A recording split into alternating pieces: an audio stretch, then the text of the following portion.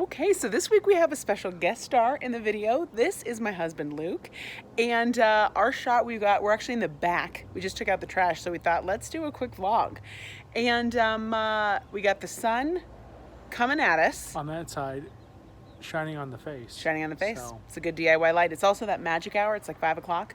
everything looks good. Everything looks good. So this week's video is about preparing for an edit, updating that storyboard.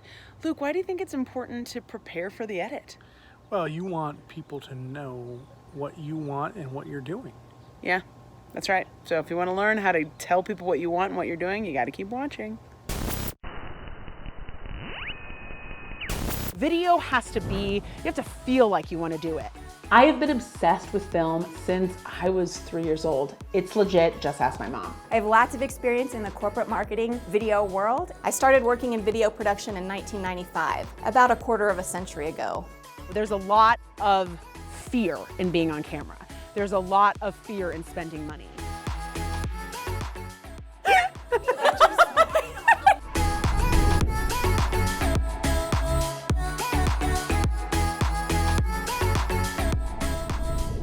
So when you prepare for an edit, obviously the first thing you're gonna wanna have is the footage, right? So if you're hiring an editor or you are editing it yourself, you want to have the footage organized, ready to go.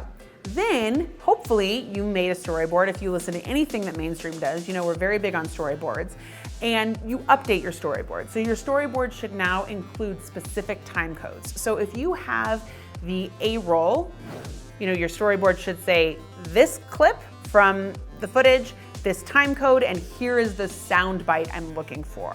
And then your B-roll, the same thing. And again, the more specific you can be on the storyboard, the better. And this is specifically important, or this is especially important when you're dealing with an editor. Now, if you kind of know your own footage and you can pull stuff, fine. Still always better to be organized. But if you're looking to communicate with an editor, this is gonna save the editor a ton of time, which in turn saves you money because the editor is gonna charge for the time.